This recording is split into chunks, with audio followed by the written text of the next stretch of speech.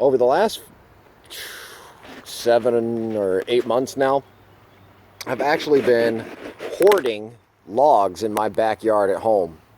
And I have a relatively small place, so, you know, when I say hoarding, I mean basically filling my backyard with logs from around the neighborhood and places that I can come across them.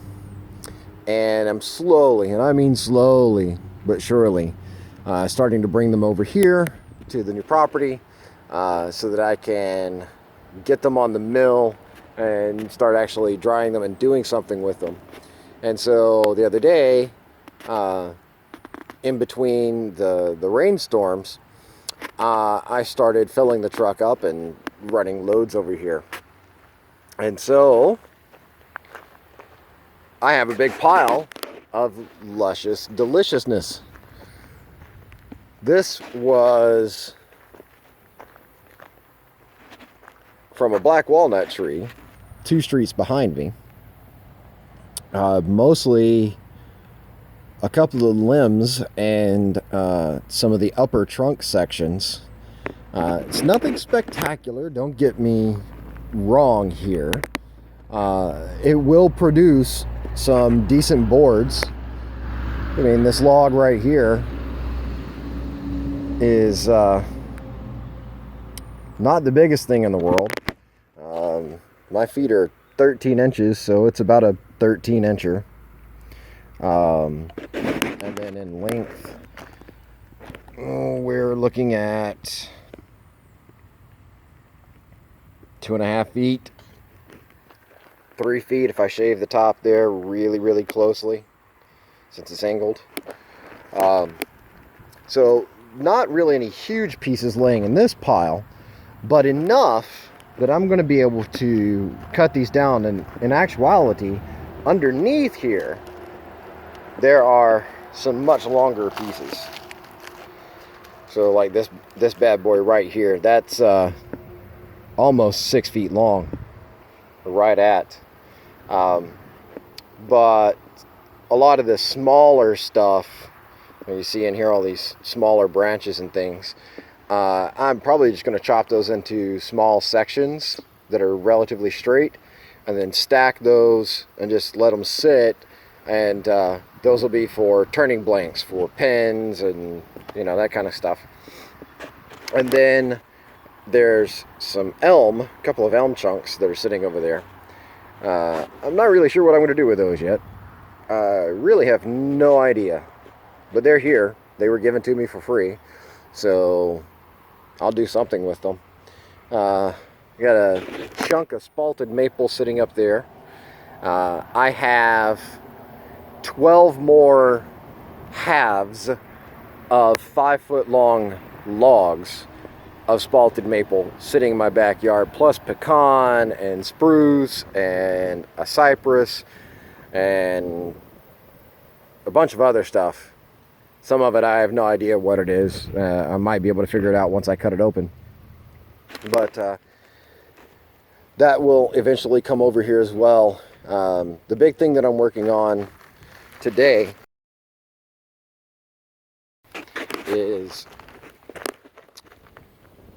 getting these stacks taken care of, restacking that stuff that's out there more efficiently, getting stickers in between the boards, getting it all organized so that I know how many board feet of each type of lumber there is. There's ash, and there's red gum, and there's poplar, and all kinds of stuff mixed in there. So I need to stack all that, but what makes it really slow is being out here by myself, and it's ridiculously hot.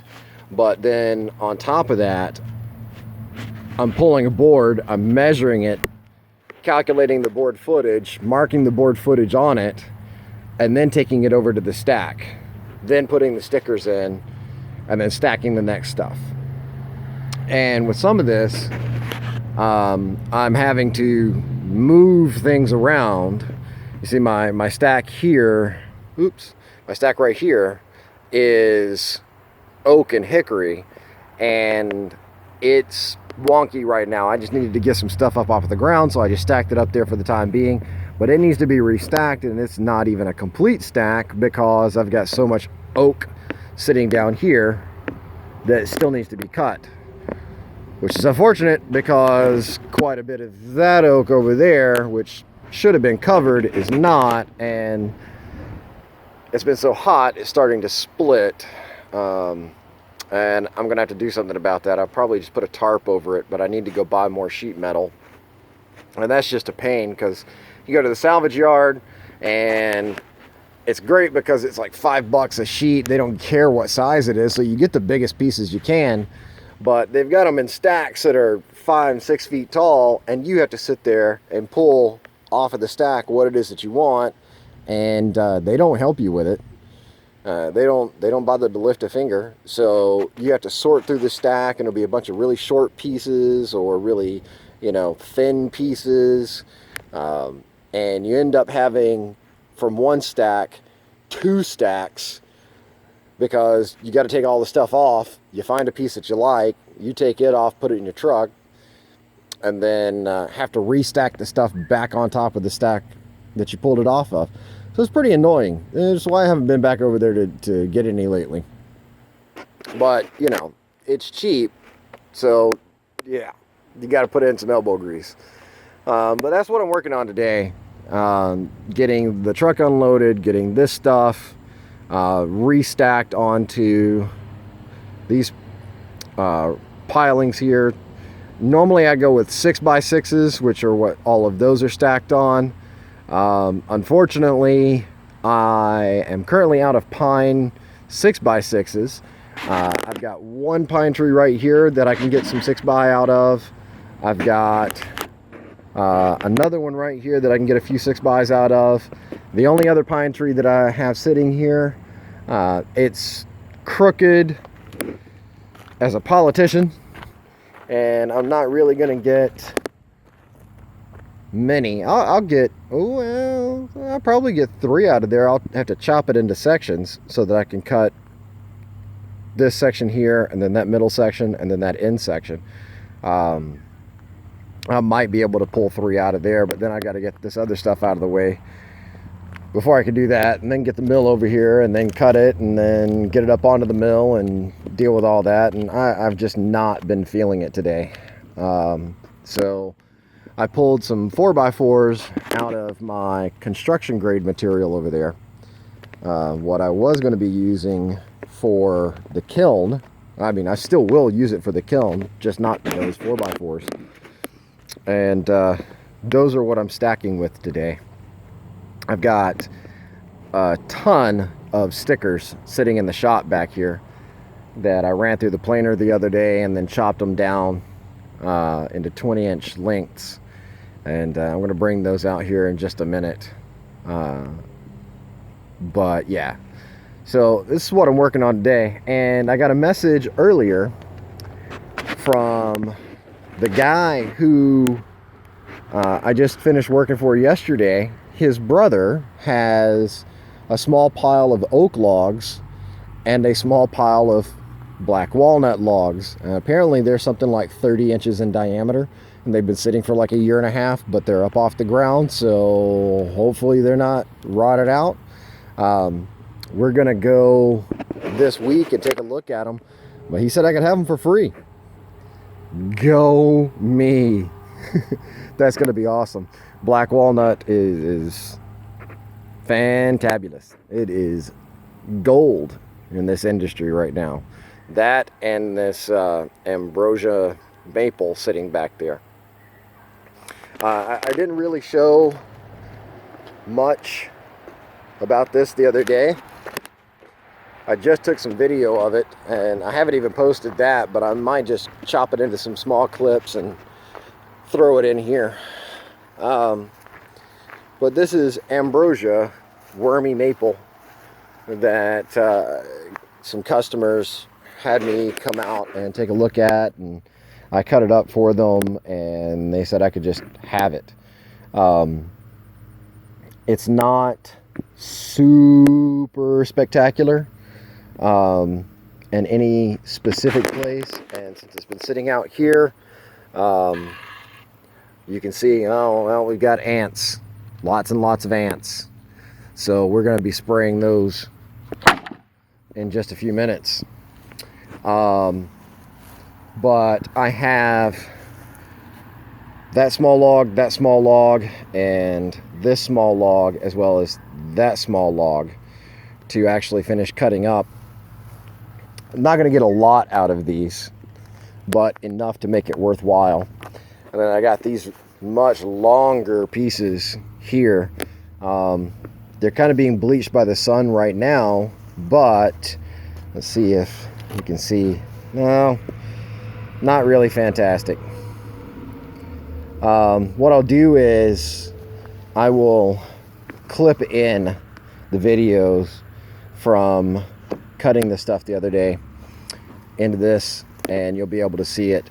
I even kept some of the knot sections for possibly turning blanks later on, but then I've also got the stump from this bad boy. This thing is, let's see, 1, 2, 3, this is maybe about 3.5 feet long, and at the very, very base of it is about 2 feet. At the top up here, it's about 2 feet one direction, about 1 foot in the other.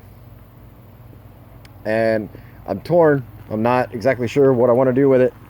I don't know if I want to cut it off flat this way at the butt end, and then flat this way at the top end, and then stand it up and use it for something, or if I actually want to throw it on the mill and take boards out of it. I'm really torn on that one. Really, really quite torn. I'm not sure. So I might sit here until it rots. It's one of those things. But I'm not going to cut it until I absolutely know exactly what I want to do with it. I got a lot of off-cut stuff sitting over there. Pieces that I couldn't really get whole chunks out of, but you know, bark layers. I mean, there's some. This one is relatively thick. I can get quite a bit out of that. But, you know, I got pieces like this. And I was really thinking with some of these pieces, I may just stand them up on their sides and make some veneer out of them. I mean, technically, the sawmill can actually shave 1/16 of an inch thick pieces off of a log. Now I lose almost 1/8 of an inch every time I do that, but it's still possible. So I might throw some of those up there and shave off some veneer. I'm not really sure yet. It'll sit there until I figure out what I want to do with it. I'm going to stack that stuff and that over there with the rest of it, but only after I've sprayed it down with some bug spray and some ant killer. But saying that, I want to make sure people understand that when I stack my stuff out here, if I have to spray it, if it has bugs or anything like that in it, it gets pulled from those stacks and it gets moved as far away from those stacks as I can get it. And then I spray it and then I mark it. And that way, whomever I sell it to or whatever it gets used for in the future, they know, or I will know, that that board was sprayed with an insecticide and that you probably shouldn't use it for food contact stuff, cutting boards and things of that nature. So that is actually something that I hope that a lot of sawyers are doing. I've talked to several that don't bother. They either don't spray and they just let stuff do whatever it's going to do to their materials and they take a loss on it, or they do spray and they don't really say anything to anybody. That's not good business. Wood absorbs whatever you put on it, and yeah, some of it might bake off, but that doesn't mean that that insecticide's not going to be there a year down the road, 2 years down the road. So you got to be leery of that kind of stuff. So I stack it, it goes over there, kill all the bugs, and then it gets moved and stacked completely separately. Beyond that, I've been cutting knots off of trees, or knots off of these logs. This is from a hickory. It's not too big, but I mean, it can make an ashtray if somebody wants to turn it. So I'm going to have a bunch of those. Hopefully I can get in with some turners and you know, sell those off to them for a few bucks a piece, or possibly just chop up sections of these logs and sell them to them. They may make bowls out of them. You never know. No idea. So I'm gonna get back to work. It's hot out here. It's blistering hot. There's not much cloud cover in the sky, and the wind's not really blowing, and the clouds aren't really moving.